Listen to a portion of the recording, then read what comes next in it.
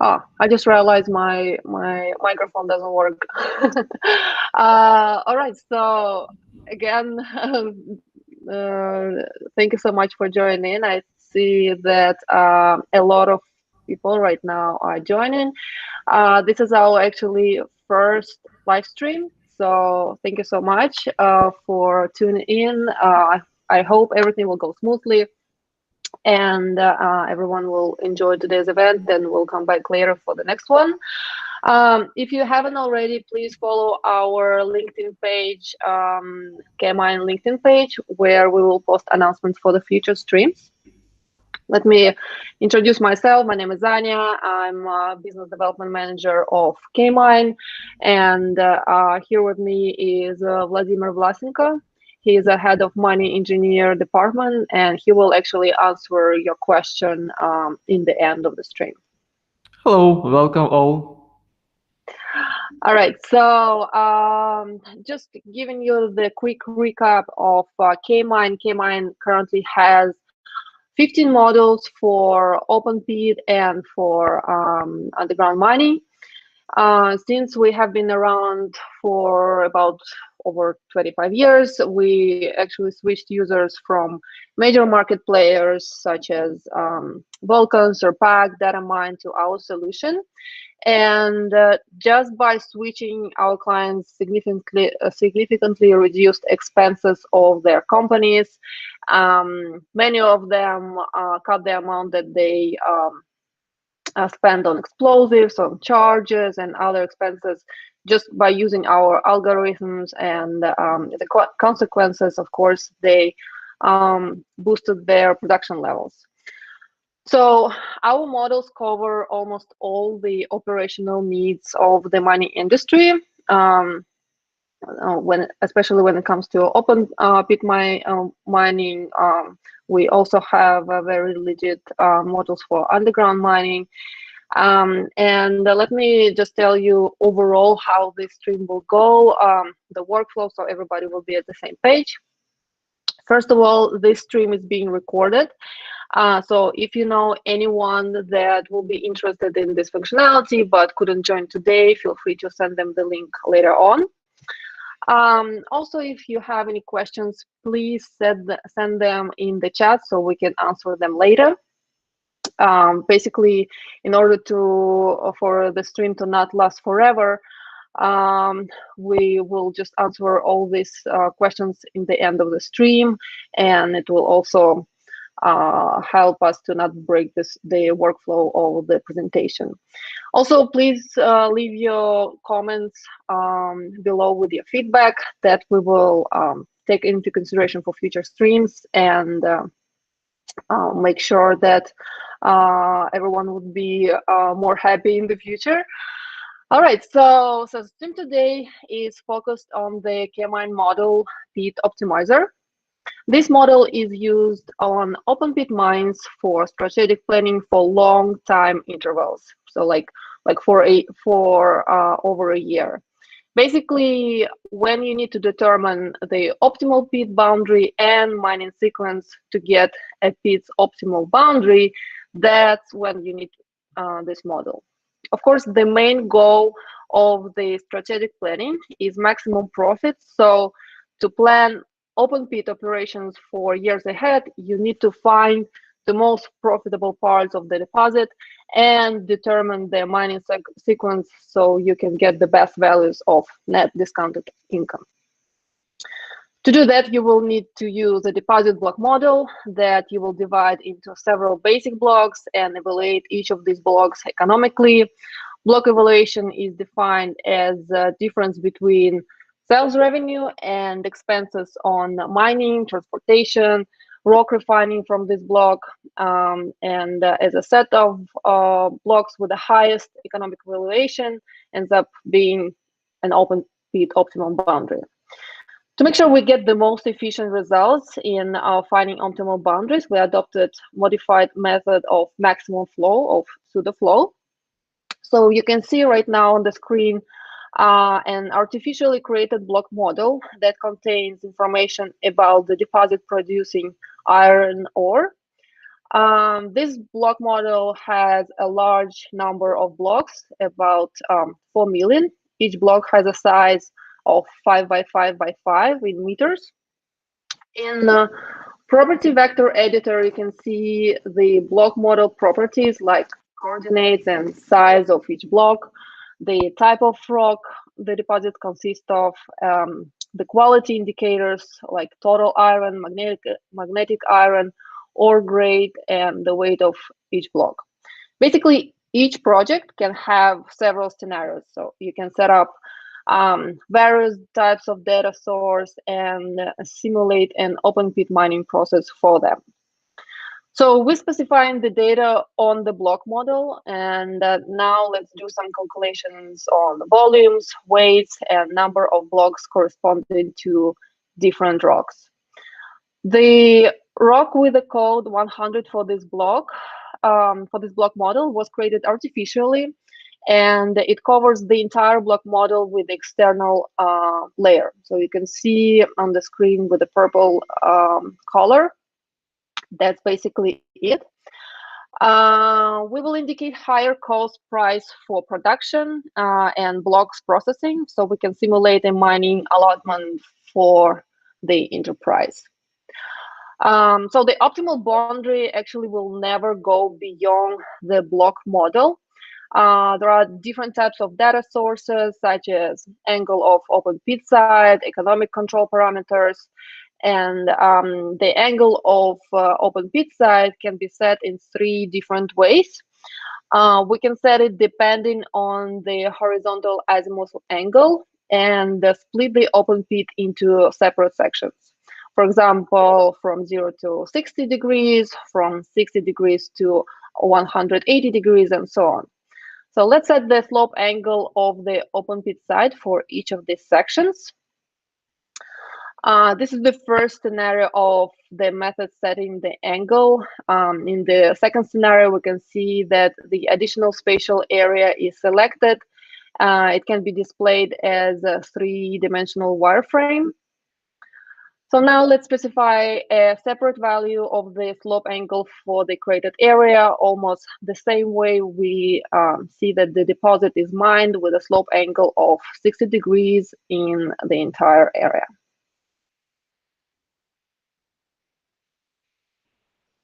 All right.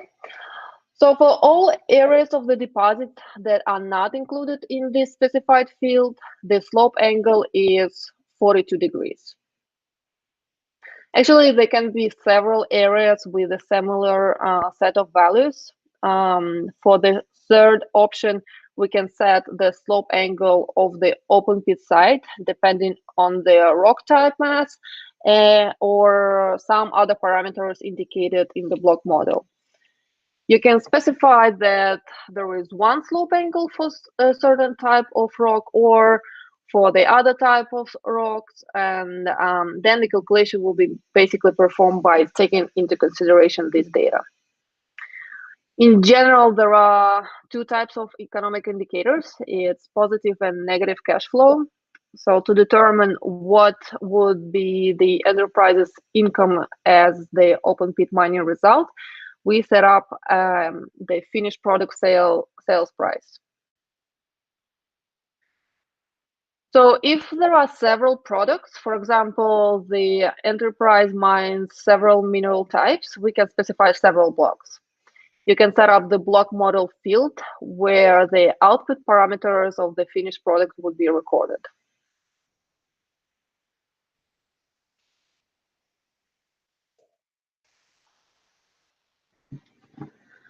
If the block model has a field with the volume and weight values of the useful component in the finished product or its absolute value, for example, the weight, you can put the name of these fields and parameters for calculation, for example, weight or percentage, and you can indicate the cost of the mineral product.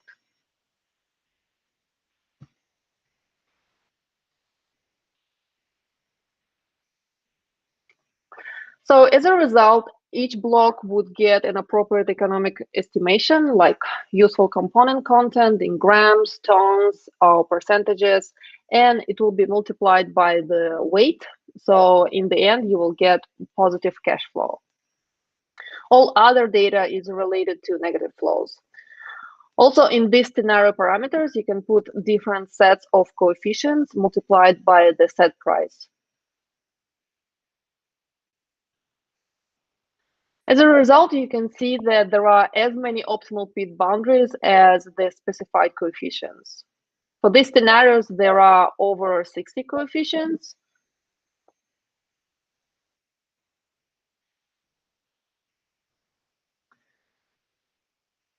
Yeah, and for this one, the only 5. They can be set either by a range or by some other individual value. In the end, it helps to simulate the order of open pit mining and identify which direction is the most effective for the deposit to be developed, considering economic indicators during the initial design stage. Then we set up the finished product indicators. If the block model doesn't have these fields, the product concentrate yield is calculated by this formula. For example, for a deposit that produces iron ore, there is no specified volume yield of the useful component, so you can set only the required iron content in the final product.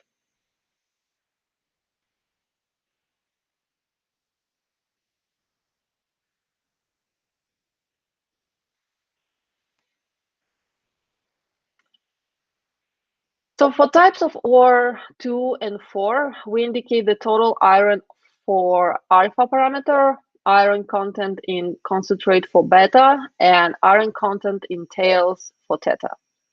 As a result, for each separate block, the weight of concentrate is calculated, and then it will be multiplied by the cost of 1 ton of concentrate. You can also set the cutoff grade of the useful component in the data source. For rock types 2 and 4, the blocks with the magnetite iron content is more than 16%. Those blocks are considered ore, and other blocks are overburden. Processing data is also set for those types of rock of the deposit that are ore. For types 2 and 4, the processing cost is $12. The losses and dilution are 2 and 3% respectively. So for all rock types where processing is not provided, those rock types are considered overburden.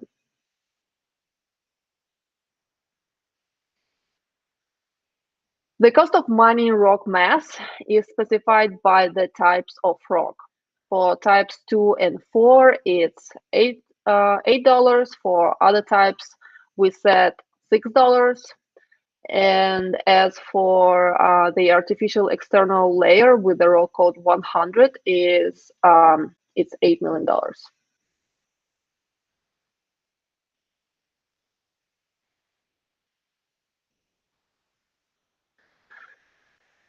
So the same way, you can set the transportation cost for each rock type. The transportation cost for all rock types is $3.5 at the elevation of 1,000 meters and lower.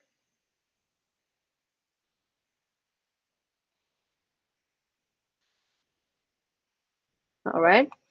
So when you set the Z coordinate transportation cost, you can add the additional lines, so it will help to get transportation cost value depending on the depth of the open pit.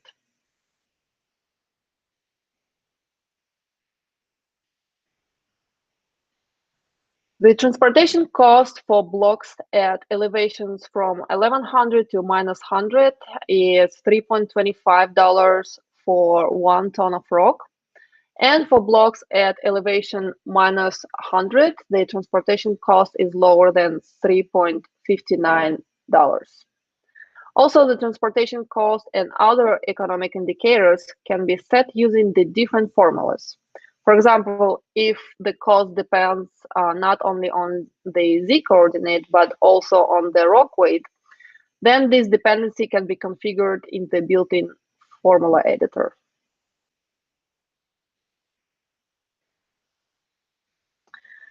The same way, you can indicate the specific dependencies for your deposit. These formulas can be set not only for the transportation cost, but also for all factors affecting the optimal boundary calculation. If there are several mineral products, you can set the economic indicators generated on the open pit.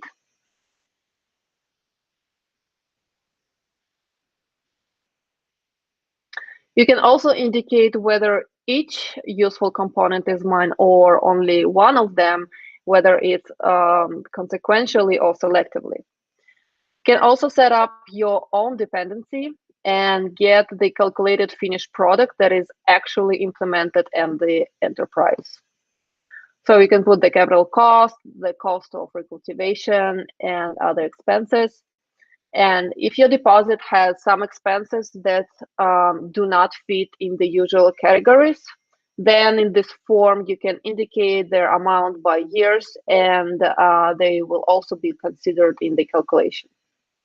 After the minimum volume of data source, after the minimum volume is set, we can calculate the optimal boundaries. So in the end, you can design an open pit with the calculated indicators for the specified coefficients.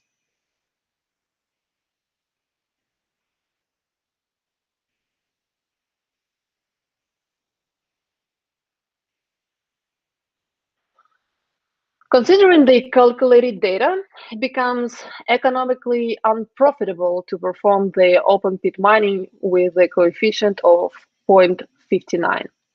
For other coefficients, the indicators are calculated. So you can see that the numeric data are displayed in multi-level tables. In the table for the parameters from 0.8 to 1.2, the first level indicates the total weight of rock mass or concentrate weight of each ore type and the number of blocks. For some ore rock types, in this case is type 4, the ore with magnetite iron content, which is less than 16%, goes to the mining boundary, and its weight is indicated individually. Indicators of income, expenses, profit, and stripping ratio are also calculated. So you can put the values of quality indicators for each mineral product. There are two types of iron in this form. Its total and magnetite. Its minimum, maximum, and average values are calculated. You can also perform some geometrical constructions in the graphical part of the model.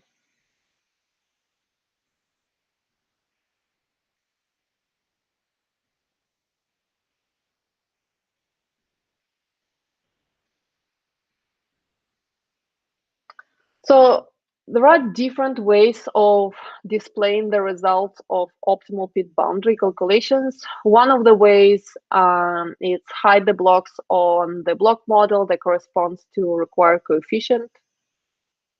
As a result, you will get the open pit configuration that corresponds to the specified coefficient.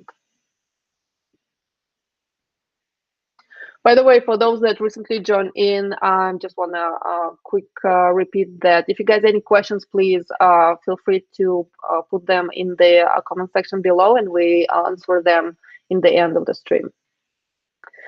All right, so you can also create separate graphic objects, for example, wireframes, that can provide the data source for the next planning stages, such as calendar or operational scheduling, and so on. So these wireframes are separate objects that have their own properties. You can put them in different layers and display them in the environment graphical field, so the calculation result will be analyzed.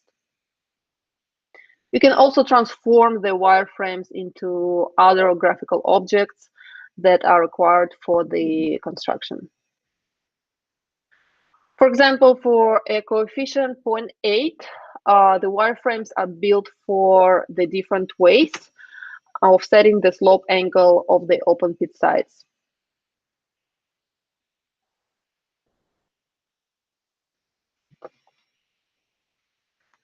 If you display the wireframes while the separate area is created, the pit walls are slightly sloping because previously we set the different angle value.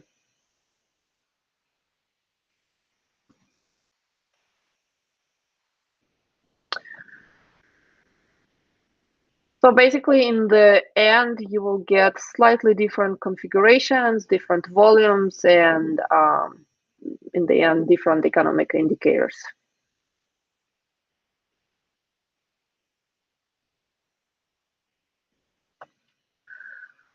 After the optimal contours are defined, you can solve the next major task of strategic planning, which is how you can define the mining sequence of a large open pit area.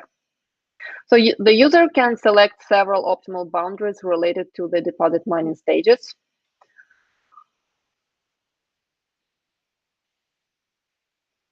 For example, for this calculation, the coefficients are selected. They are 0.59, 0.8, and 1.0. If you display the wireframes for these coefficients, then you can see that initially you can select the inner part of the deposit and then expand it. After the open pit turquoise area is mined, you will get the final boundary that corresponds to the coefficient 1.0.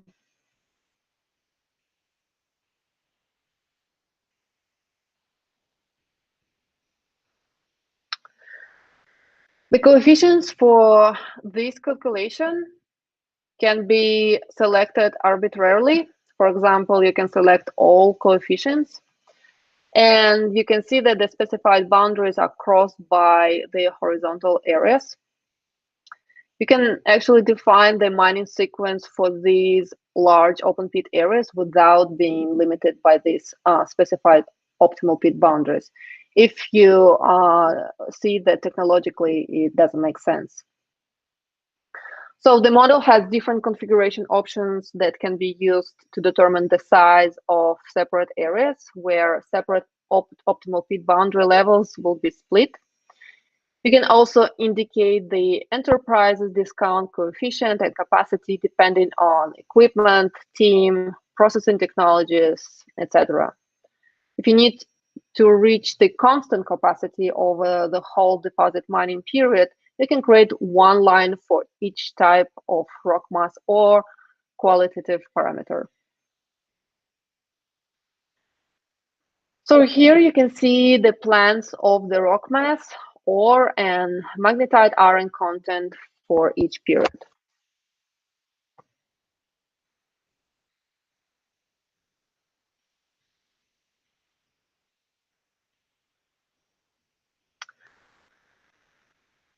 We're calculating the sequence of the separate mining section and get their required indicators.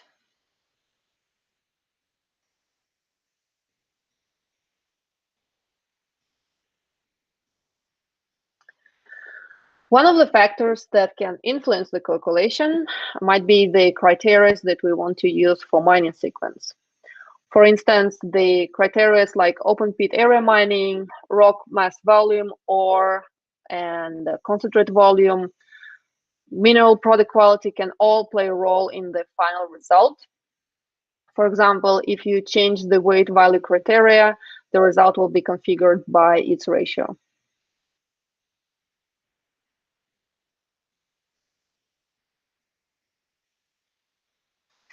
Mm-hmm.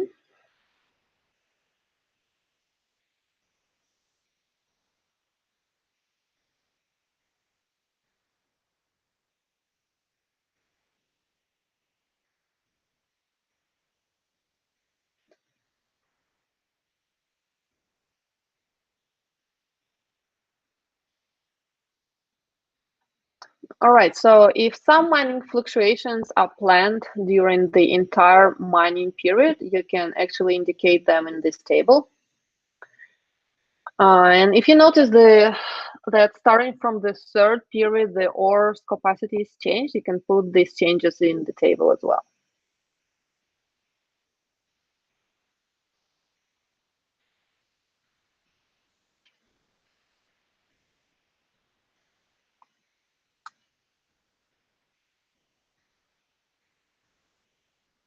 So the next block of data source that will be needed to calculate the correct sequence is mining and technical factors.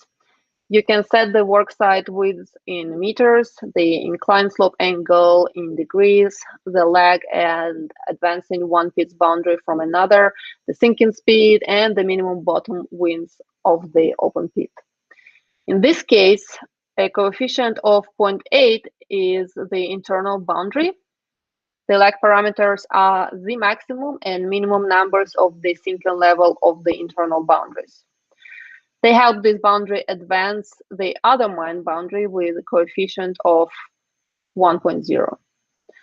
For open pit sinking speed, the open pit sinking speed can be indicated in levels. For example, the open pit depth increases no more than for 3 levels in each period. The minimum bottom width is set to serve the mining operations on the deepest part of the open pit. If we configure the list of levels, then separate open pit areas can be assigned to the corresponding levels. So after the calculation is done, you can see this chart that displays the volume and profit data for 3 scenarios of deposit mining.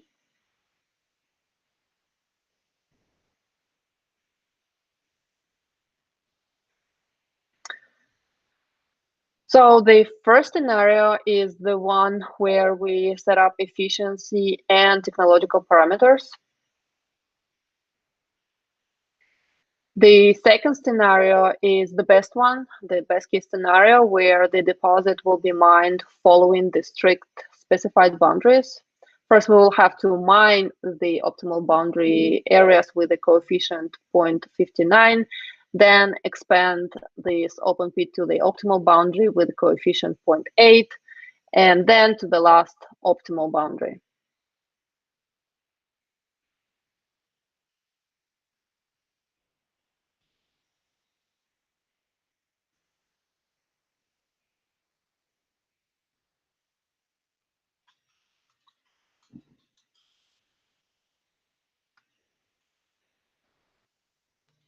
So any other mining sequence of these contour areas are not allowed.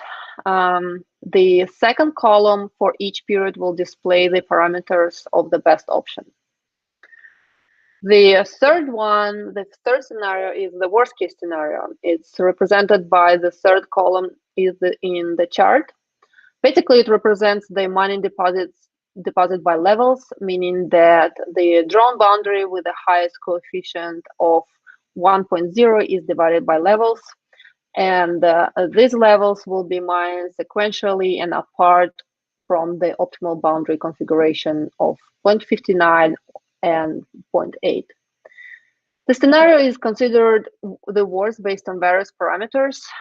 We control more of the data in the first column, is the represent the calculation based on setup efficiency criteria, mining and technical factors, and extent of details of created level areas. And after calculating the mining sequence of the boundary, you can hide mining blocks on the block model.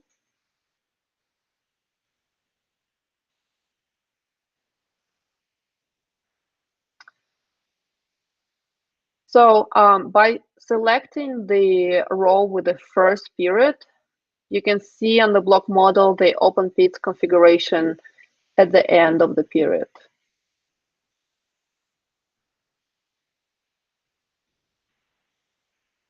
Okay.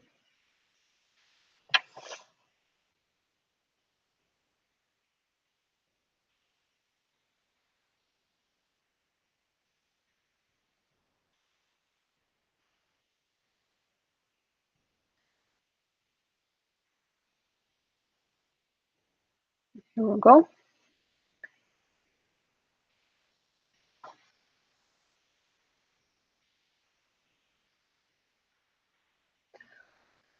So then, for example, in the end of the second period, you can display the open pit position on the block model. You can create a wireframe there that will correspond to the OpenPit configuration for the second period. And you can also display the OpenPit blocks that will be mined only during the second period, or let's say from the beginning of mining until the end of the second period.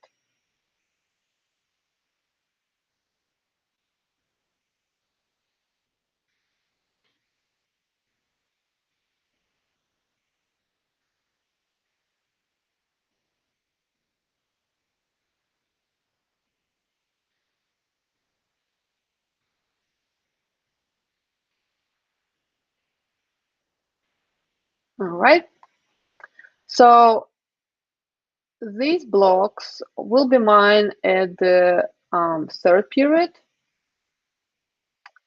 You can see that all the mining and technical parameters that were previously set up are still there. Let's display the set of mine blocks from the first up to the fourth period. For this mining option, we set the open pit bottom width as 30 meters and the worksite width also as 30 meters.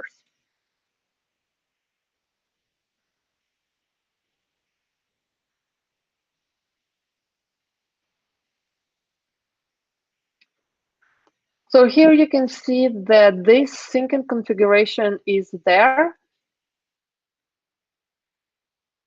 You can see that the bottom is mined with the required value of length and width, and these values are maintained for each mining period. If you compare it to the previous option, where these parameters were not set, the results end up being different. You can see here that the various levels are mined all in one period, and these levels are configured absolutely arbitrarily, so no other deposit parameters are considered.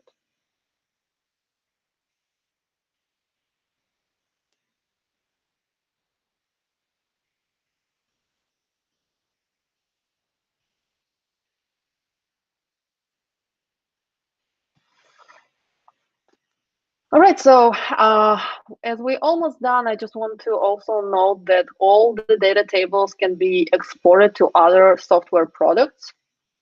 Besides the chart that you saw earlier, you can create actually your own graphs.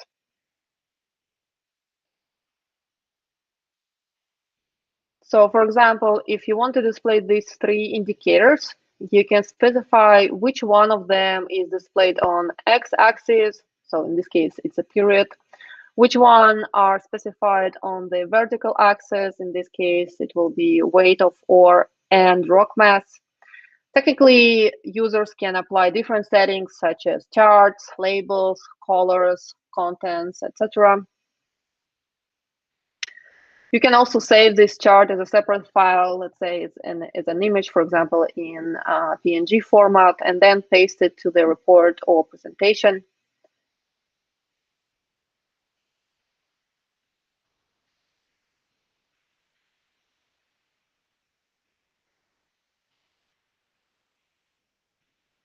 Here we go. So this table's data also can be exported to various formats, for example, in Excel format. You can name the file where the data will be transferred, and you can see that the data is composed the same way at different levels.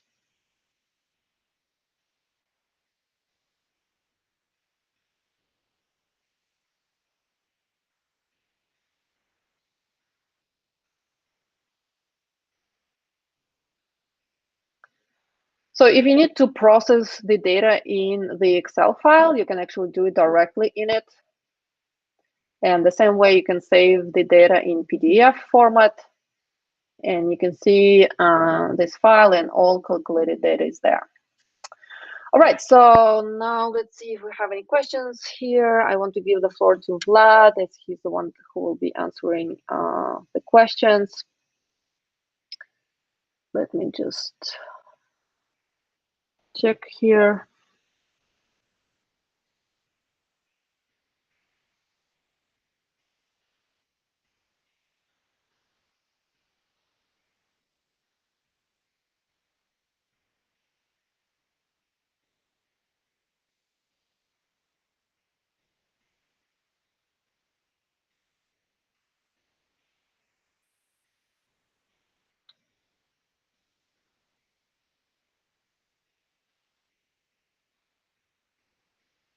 Okay. So, first question is, do we use our own data or there is a link to your data? Okay, do you hear me? It's okay. Yeah, yeah, yeah. So, yeah, sure, we are using our own data. So how the slope stability is optimized? In the bit optimized module, the slope angle is set as initial data. It must be previously calculated in the stability analysis module. Hmm. So what about other components? We can take into account data for several components, both useful and harmful. All right, so the other user here asks, do K-mine using LG algorithm and is it used irregular block model? And the second question, uh, does it handle full block model, topography, waste, and or in one block model file? So I guess let's divide it by different questions. First, does K-mine use LG algorithm, Yeah, or is it use the irregular block model? yeah, okay, okay. I see. First of all, I can say that K-mine uses a pseudo flow algorithm, which is much less time consuming than LG algorithm for a large number of blocks. Secondly, K-mine pit optimizer works with a regular block model, which can account for topography or burden in a single block model. So how's the data obtained? Is it integrated with other platforms? How's it integrated? Almost any block model of another platform can be integrated into K-mine using, as for example, the CSV format.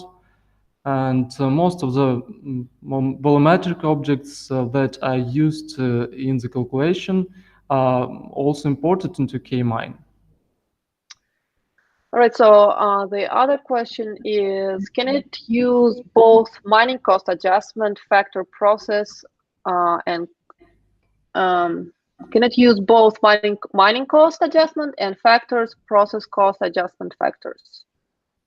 Yeah, the user can control the formation of costs, either using data from forms or using the built-in formula editor. In the second case, you can specify any cost formula for your deposit.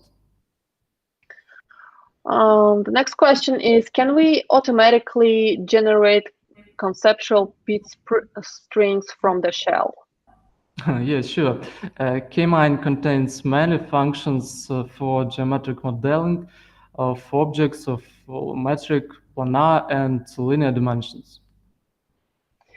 All right, so next question is an interesting one. I'm a student at California State University, Fullerton. Where can I get training for this software? Yeah, it's very simple. Just visit our web page and leave your contact information, and we will get in touch with you. Alternatively, use our LinkedIn profile. Yeah, so actually, that's a good point. You can always just use our LinkedIn profile and send us a message there, or just send us the message through contact form on our website. So the next question is how coefficient derived? The coefficients are entered by the user on the appropriate form. Okay, and I think the last question is how long does it take to create pit shells on average? Yeah, it depends on the complexity of the field and the detail of the block model. On average, the calculation takes 3 or 6 minutes, for example. All right, so I think that's it. Thank you so much for joining. I will send all the people that attended the recording of the stream. Again, please comment your feedback about the stream below so we can take it into consideration next time we're live. And don't forget to follow our LinkedIn page, and I hope to see you guys again in our next live event. All right. Bye.